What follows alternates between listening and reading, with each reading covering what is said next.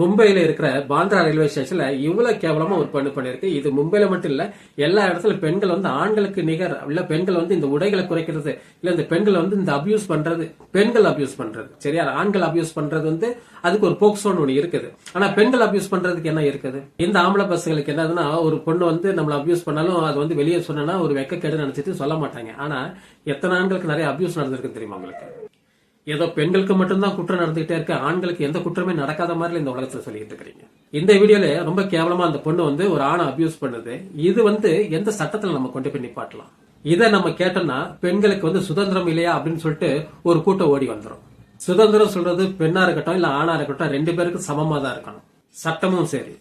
இந்த மாதிரி பொது இடத்துல ஆண்கள் அபியூஸ் பண்ற பெண்ணாகட்டும் இல்ல வந்து உடைகளை கேவலமா போட்டு ஒரு ஆண் என்னை பாத்துக்கிட்டே இருக்கிறான்னு சொல்லிட்டு சொல்ற பெண்ணாகட்டும், இந்த மாதிரி பெண்களுக்கு ஏன் ஒரு சட்டத்தை கொண்டு வரக்கூடாது? ஒரு ஆம்பளைக்கு வந்தா தக்காளி சட்னி, பொண்ணுக்கு வந்தா ரத்தமா?